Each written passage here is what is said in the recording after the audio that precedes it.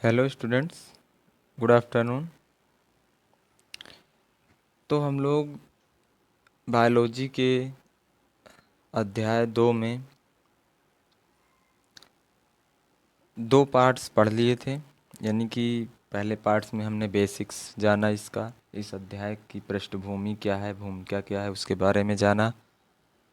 और पार्ट 2 में हम लोगों ने पुष्प के स्ट्रक्चर के बारे में समझा, स्पोरोफाइट के बारे में समझा, गैमेटोफाइट के बारे में समझा, और कई सारी चीज़ें हम लोगों ने वहाँ पे डिस्कस किया। पुष्प में कौन कौन से भाग होते हैं, ठीक है, पुष्प के प्रकार कौन कौन से होते हैं।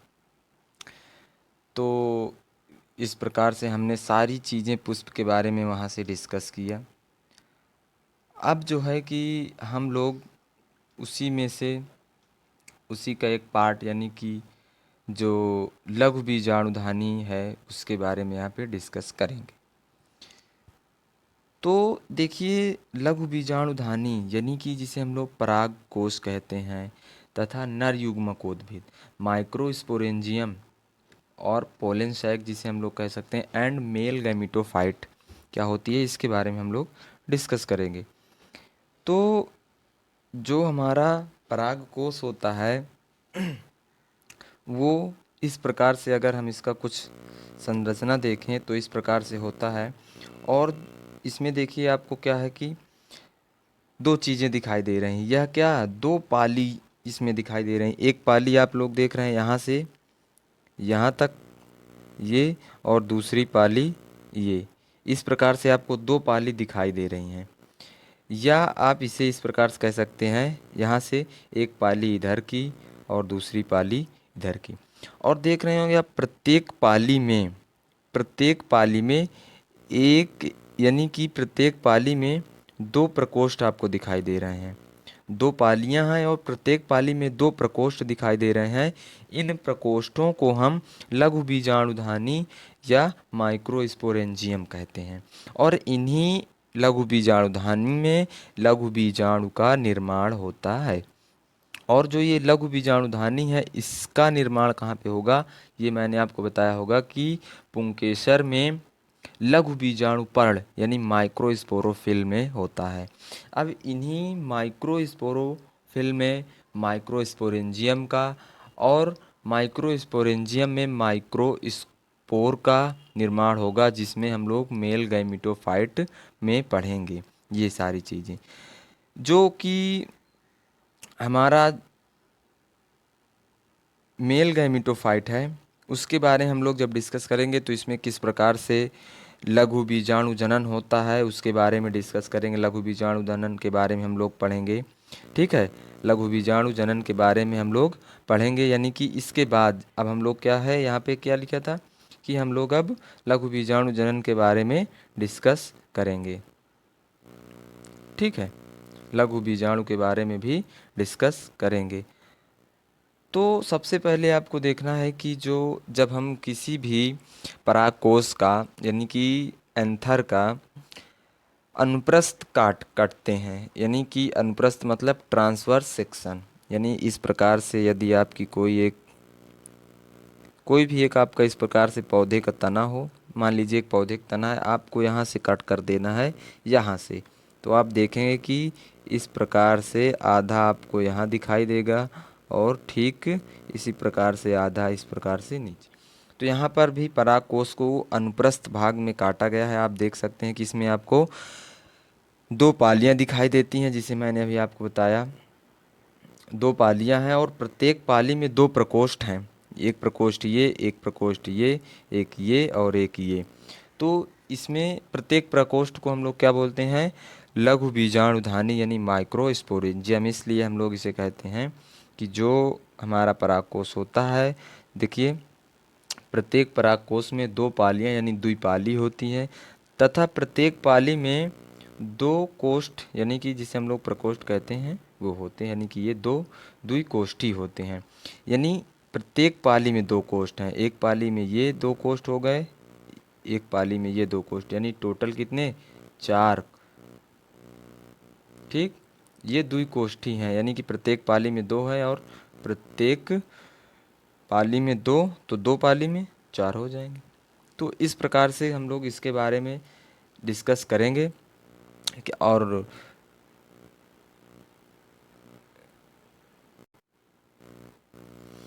अब जो है कि लघु बीजाणुधानी यानी परागकोश जिसे हम लोग कहते हैं तथा नर युग्मकोद्भिद, इसके बारे में हम लोग यहाँ पे डिस्कस करेंगे।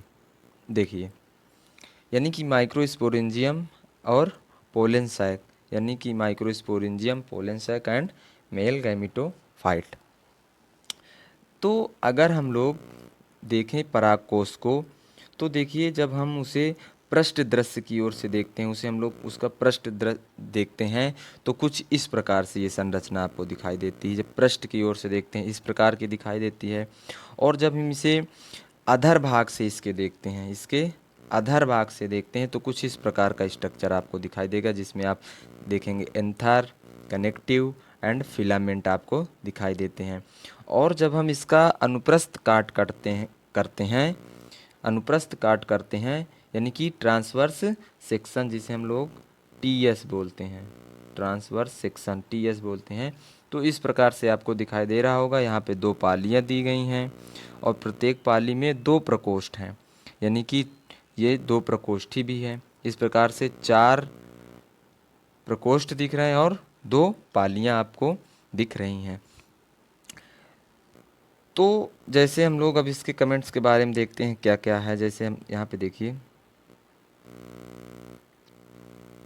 दिया गया है कि तरुण यानी लघु बीजाणुधारी हम लोग पढ़ रहे हैं माइक्रोस्पोरेंजियम, तरुण पराग कोश, यानी कि तरुण मतलब क्या, परिपक्व जो हो चुका है, कह सकते हैं मेच्योर हो रहा हो या हो गया हो, तो उसे हम लोग तरुण बोलते हैं, के अनुप्रस्थ सेक्शन में जब हम लोग इसका तरुण परागकोश यानी मेच्योर परागकोश या एंथर के ट्रांसवर्स सेक्शन में 2 पालियाँ दिखाई देती हैं।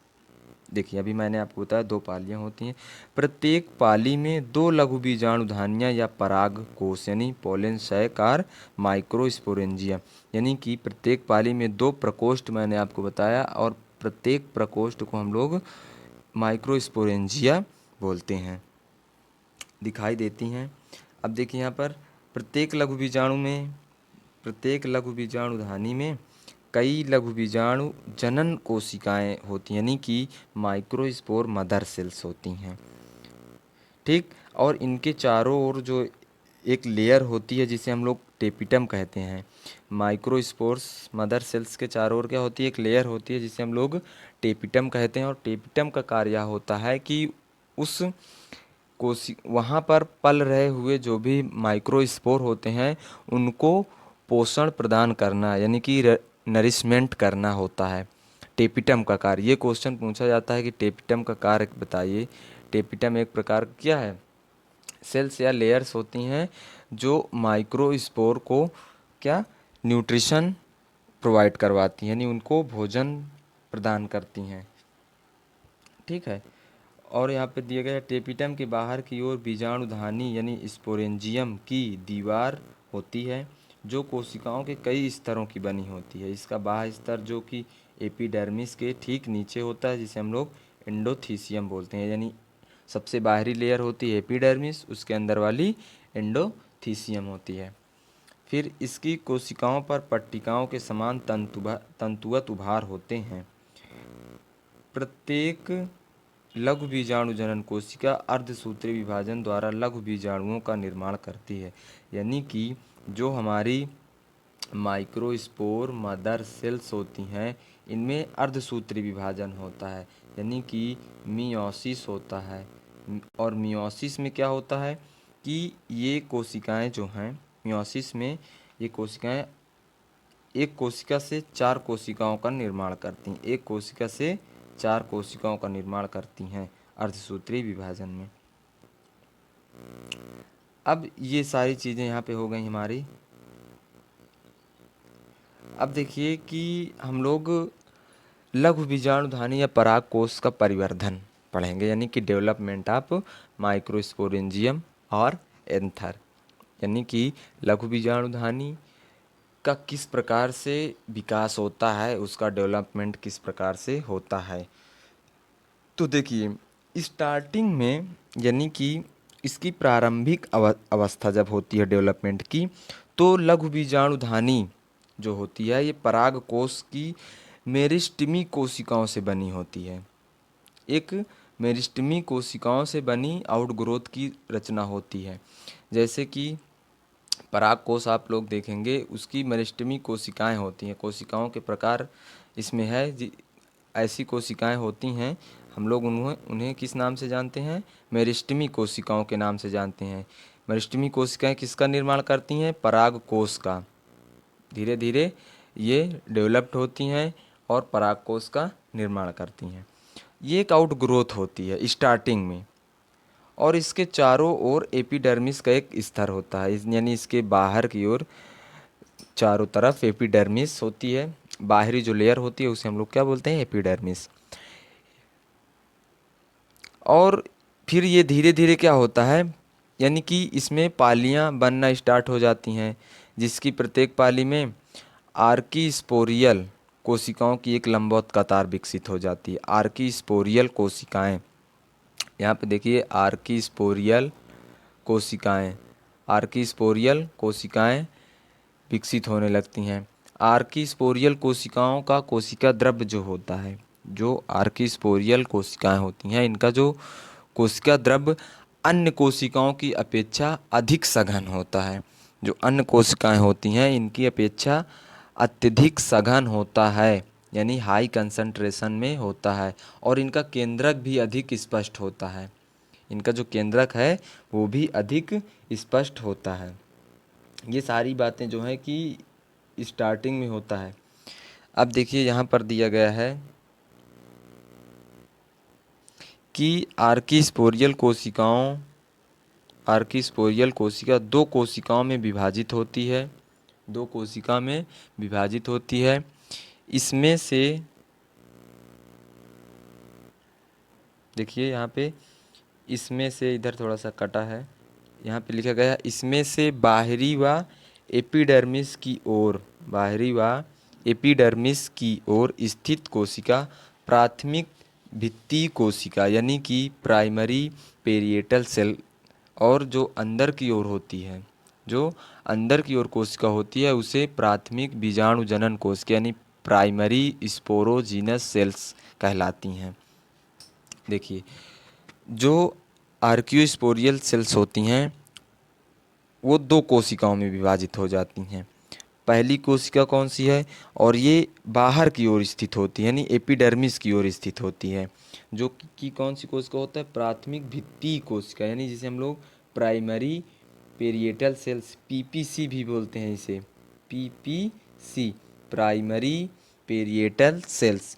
ये बाहर की ओर होती है, और अंदर की ओर जो कोशिका होती है वो प्राथमिक बीजाणु जनन कोशिका होती है, यानी पी प्राइमरी, एस यानी कि स्पोरोजीनस सेल, पीएससी, इसे हम लोग पीएससी यानी कि प्राइमरी स्पोरोजीनस सेल्स और प्राइमरी पेरिएटल सेल्स। ये कहाँ पे होती है? ये बाहर की ओर होती है, आउटर साइड होती है, और ये इनर साइड होती है, ये इनर साइड होती है। अब प्रत्येक प्राथमिक भित्ति कोशिका, यानी कि प्रत्येक प्राथमिक भित्ति कोशिका जो होती है जिसे हम लोग पीपीसी बोलते हैं, पीपीसी अपनत यानी कि एंटीक्लाइनल एवं परिणत जिसे हम लोग पेरिक्लाइनल विभाजन करती हैं, यानी कि एंटीक्लाइनल और पेरिक्लाइनल दोनों प्रकार से इसमें विभाजन होता है, जिससे कोशिकाओं के 3 से 5 स्तर बन जाते हैं। देखिए एंटीक्लाइनल और पेरिक्लाइनल में देख लीजिए क्या होता है, यानी अपनत और परिणत विभाजन करती हैं, जिसमें कोशिकाओं के 3 से 5 स्तर बन जाते हैं। उसके आगे क्या दिया गया है? ये परागकोश जो हैं, ये परागकोश या लघु बीजाणुधानी की दीवार, यह परागकोश या लघु बीजाणुधानी की दीवार बनाते हैं। इसी बीच बीजाणु जनन कोशिका भी, जो बीजाणु जनन कोशिका है यानी कि पीएससी यानी कि प्राइमरी स्पोरोजीनस सेल, पीएससी और पीपीसी। इसी बीच क्या होता है कि जो पीएससी की कोशिका भी विभाजन करना शुरू कर देती है, जिससे क्या होता है इसके मध्य भाग में कई बीजाणु जनन कोशिकाएं यानी कि स्पोरोजीनस सेल्स बन जाती हैं। बीजाणु जनन कोशिकाएं स्पोरोजीनस सेल्स बन जाती हैं। अब जो भित्ति कोशिकाओं की सबसे भीतरी परत जो बीजाणु जनन कोशिका से सटी होती है, टेपिटम बनाती है। सबसे अंदर की ओर जो होती है वो क्या बनाती है? टेपिटम बनाती है। अब देखिए जो टेपिटम होती है इसका कार्य होता है कि जो इसके अंदर परिवर्धन कर रहे लघु बीजाणु हैं उनको भोजन प्रदान करना, यानी कि ये नरिशमेंट का कार्य करती है, उन्हें भोजन प्रदान करती है। अब जो एपिडर्मिस के ठीक नीचे, जो ऊपर की ओर सबसे एपिडर्मिस होती है उसके ठीक नीचे जो भित्ति कोशिका स्थित होती है, भित्ति कोशिका स्थित होती है वो एंडोथीसियम बनाती है। अब इसकी कोशिकाओं की जो भित्तियां होती हैं प्रायः तंतुवत रूप से स्थूलित होकर के परिपक्व परागकोश के चारों ओर शुष्क आवरण का निर्माण कर लेती हैं। जो एंडोथीसियम होता है, अब ये परागकोश के स्फुटन में कार्य करता है, यानी सहायता करता है। एंडोथीसियम और जो टेपिटम के बीच कोशिकाओं के 1 से 3 का मध्य स्तर होता है। 1 से 3 स्तर होते हैं हमारी एंडोथीसियम और टेपिटम के बीच में। अब हम लोग यहाँ पर डायग्राम में अच्छे से समझते हैं कि कहाँ किस प्रकार से इसमें विभाजन हो रहा है। देखिए ये एपिडर्मिस है आपकी, यहाँ से स्टार्ट करते हैं। ये देखिए एपिडर्मिस है, ये मेरिस्टेमेटिक सेल्स हैं जो अभी हमने पढ़ा कि स्टार्टिंग में कि जो हमारा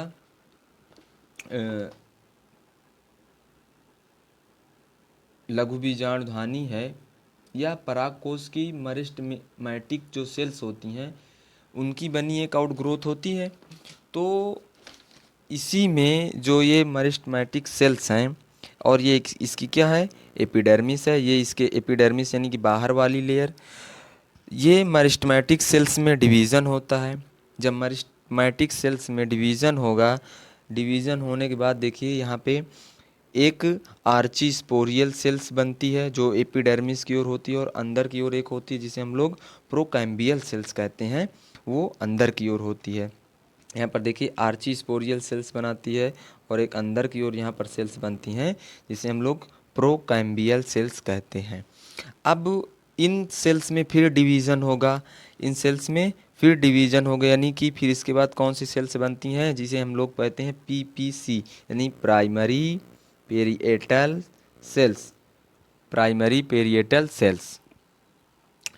जो आर्कीस्पोरियल्स कोशिका 2 कोशिकाओं में विभाजित हो जाती है। देखिए यहाँ पर आर्कीस्पोरियल जो कोशिका है ये 2 कोशिका में विभाजित हो गई। एक कोशिका क्या क्या बना दी, यानी कि प्राइमरी पेरिएटल सेल्स, और दूसरी कोशिका कौन सी बनी? Primary sporogenous cells, primary sporogenous cells. अब फिर इनमें लगातार क्या होता है?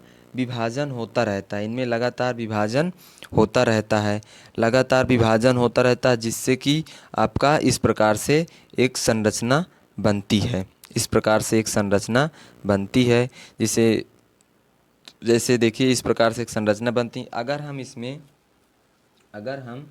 इसमें किसी, अब देखिए जब इसमें क्या होगा कि जब बीजाणु जनन होगा, बीजाणु जनन में जो कोशिकाएं होती हैं उनमें अर्धसूत्री विभाजन के समय टेपिटम का मध्य स्तर जो होता है वो नष्ट हो जाता है। टेपिटम का मध्य स्तर क्या होता है? नष्ट हो जाता है। ये यहाँ तक। अब जो ये स्ट्रक्चर है ये हम लोग पढ़ेंगे परिपक्व परागकोश की संरचना में। जो ये परिपक्व परागकोश होता है उसकी संरचना में पढ़ेंगे, जो मैच्योर होता है, यानी कि डी नंबर और ई नंबर, यानी कि एक पूर्ण विकसित परागकोश का अनुप्रस्थ काट है। देखिए पूर्ण विकसित परागकोश का अनुप्रस्थ काट, और एक क्या है? लघु बीजाणुधानी की भित्ति परतों को प्रदर्शित करने हेतु आवर्धित दृश्य की प्रारंभिक रचना। जो परिपक्व परागकोश होता है उसके बारे में हम लोग अगर उसके स्ट्रक्चर के बारे में बात करें तो उसमें क्या क्या चीज़ें पाई जाती हैं। तो देखिए कि जो यह कोशिका भित्ति और परागकोश जो होता है यह कोशिका भित्ति और पराग प्रकोष्ठ से बना होता है। ठीक है, कोशिका भित्ति और पराग प्रकोष्ठ से बना होता है। जो पराग कोश की भित्ति विभिन्न परतों से बनी होती है, जैसे हम लोग अभी देखेंगे कि एंडोथीसियम, एपिडर्मिस, ठीक है, microspores, mother cells, tapeta, middle layers. इस प्रकार से आप सबसे ऊपर वाली जो होगी उसे हम वो लोग बोलते हैं एपिडर्मिस। फिर उसके बाद जो होगी वो एंडोथीसियम होती है। फिर उसके अंदर वाली लेयर को हम बोलते हैं मिडिल लेयर्स। फिर उसके अंदर टेपिटम होती है। इस प्रकार से परागकोश की जो लेयर्स होती हैं, भित्ति मतलब लेयर्स होती हैं, वो विभिन्न परतों से बनी होती हैं। जैसे बाह्य त्वचा, एक एक करके अब हम लोग समझते हैं क्या होती है। यानी बाह्य त्वचा एपिडर्मिस जो होती है, एपिडर्मिस यह एक कोश की बाह्य परत है। यह एक कोश की बाह्य परत है। इसमें सदैव एंटीक्लाइनल विभाजन होता है। एंटीक्लाइनल विभाजन होता है। एंटीक्लाइनल मतलब क्या है, देखिए इस प्रकार से ये एक कोई सेल है, इसमें इस प्रकार से विभाजन होगा। एंटीक्लाइनल मतलब इस प्रकार से इसमें विभाजन होगा। इस प्रकार से इसमें विभाजन होगा। एक सेल बन गई, इससे दो, फिर इसमें एंटीक्लाइनल विभाजन होगा, तीन, चार। इस प्रकार से इस तरह से विभाजन होता रहता है, इसलिए यह इसके चारों ओर रहती है। जो एपिडर्मिस होती है इसमें हमेशा एंटीक्लाइनल विभाजन ही होता है। हमेशा इसमें किस प्रकार का विभाजन होता है, एंटीक्लाइनल विभाजन होता है। ठीक, अब जो होती है अंथाथीसियम जिसे हम लोग एंडोथीसियम बोलते हैं, वो लेयर आती है। एपिडर्मिस के बाद देखेंगे हम लोग, देखिए यहाँ पर स्ट्रक्चर में हम लोग देखते हैं, ये देखिए सबसे बाहर वाली लेयर कौन सी है, एपिडर्मिस। उसके अंदर क्या है, एंडोथीसियम।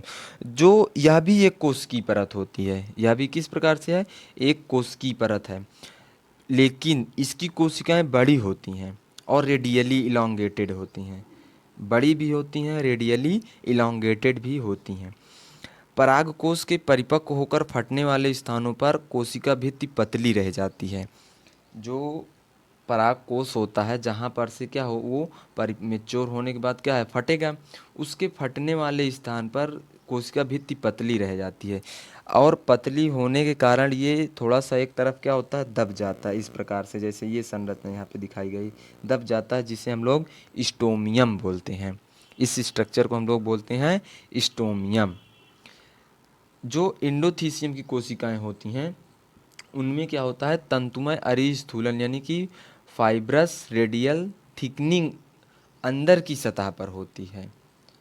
जो तंतुमय अरिस्थूलन होता है यानी कि फाइब्रस रेडियल थिकनिंग होती है, वो अंदर की ओर होती है, यानी कि अंदर की सतह पर होती है। स्टोमियम में ये तंतुमय स्थूलन नहीं मिलते हैं, यानी कि ये स्टोमियम जो है इसमें तंतुमय स्थूलन जो होता है वो नहीं मिलते हैं। जो अब इसकी मिडिल लेयर्स होती है उसके बारे में हम लोग देखते हैं। जो इसकी क्या होती है, मिडिल लेयर्स होती है।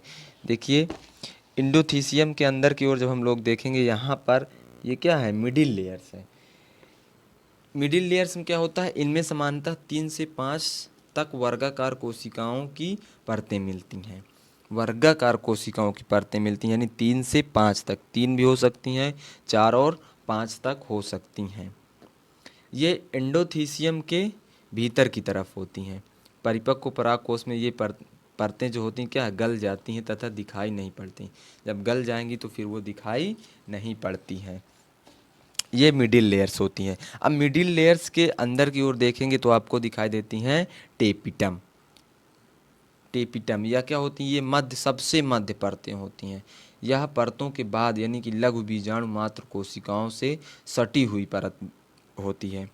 जो इसकी कोशिकाओं में एक से अधिक केंद्रक भी हो सकता है।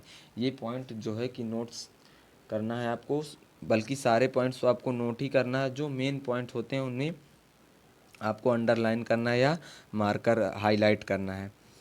तो जो टेपिटम होती है इसकी कोशिकाएं जो होती हैं इनमें एक से अधिक केंद्रक भी हो सकते हैं, यानी कि एक से अधिक केंद्रक भी हो सकते हैं।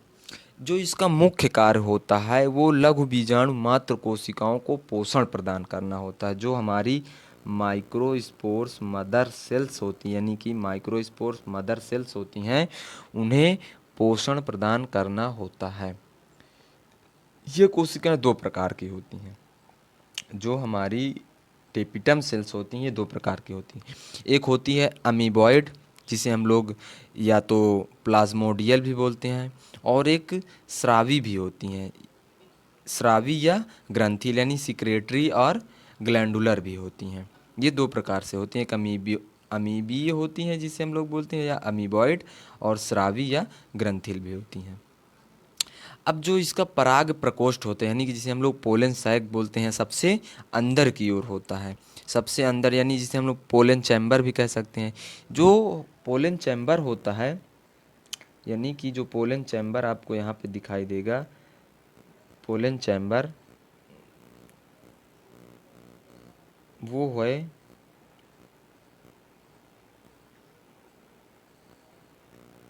पोलन चैम्बर, आपको ये यहाँ पे आपको दिखाई दे रहा है। ये क्या है? यह पोलन चैम्बर है। पोलन चैम्बर में क्या होगा कि जो लघु बीजाणु की मात्र कोशिकाएं होती हैं उनका निर्माण होता है, यानी कि माइक्रोस्पोर की जो मदर सेल्स होती हैं उनका निर्माण होता है। ये बात याद रखिए कि जो हमारी एमएमसी होती है, यानी कि माइक्रोस्पोर्स मदर सेल्स होती हैं, उन्हीं से माइक्रोस्पोर का निर्माण होता है। जो माइक्रोस्पोर्स मदर सेल्स होती हैं उन्हीं से माइक्रोस्पोर का निर्माण होता है, यानी कि ये एम और सी जो है इन्हीं से माइक्रोस्पोर्स का निर्माण होगा, इन्हीं से माइक्रोस्पोर का निर्माण होता है। तो लघु बीजाणुधानी में किसका निर्माण होता है? हमारा एमएमसी का, यानी माइक्रोस्पोर्स मदर सेल्स का, माइक्रोस्पोर्स मदर सेल्स का। जो ये मात्र कोशिकाएं होती हैं इनमें अर्धसूत्री विभाजन होता है। मैंने पहले बताया आपको, इनमें अर्धसूत्री विभाजन होता है, और फिर इसके फलस्वरूप लघु बीजाणु या परागकण जिसे हम लोग कहते हैं माइक्रोस्पोर और पॉलन ग्रेन का निर्माण होता है। इस प्रकार से हम लोग देखते हैं कि इसका एक हम लोग जब अंतर का इसका लघु बीजाणुधानी जो होती है इसकी परतों के बारे में बात करते हैं तो इसमें 4 प्रकार की लेयर हम लोग पढ़ें। मिडिल लेयर, सबसे पहले एपिडर्मिस, फिर एंडोथीसियम, फिर मिडिल लेयर, फिर टेपिटम, फिर उसके बाद हम लोगों ने पोलन चैम्बर के बारे में बात किया। तो ये सारी चीज़ें इसके बारे में यहाँ पर दी गई हैं, आप लोग इसे देख सकते हैं। अब जो है हम लोग पढ़ेंगे जो हमारा क्या लघु बीजाणु जनन किस प्रकार से होता है, माइक्रोस्पोरोजेनेसिस, यानी कि लघु बीजाणुओं का जनन किस प्रकार से होता है, उनका फॉर्मेशन किस प्रकार से होता है, इसके बारे में हम लोग डिस्कस करेंगे। इसके बारे में अब हम लोग डिस्कस करेंगे। और यहाँ पर सबसे ख़ास बात यह है देखने की कि आप लोग देखें मुख्य जो पॉइंट होते हैं, इनकी लेयर्स आपको याद रखनी है। इसके अंदर कौन कौन सी लेयर होती हैं, कितने पाली युक्त होता है, कितनी लघु बीजाणुधानियाँ होती हैं, लघु बीजाणुधानी में किसका निर्माण होता है, ये सारी चीज़ें आपको याद रखना है। ठीक है। अब जो हम लोग अगले वीडियो में बात करेंगे वो है कि लघु बीजाणु जनन, यानी कि माइक्रोस्पोरोजेनेसिस।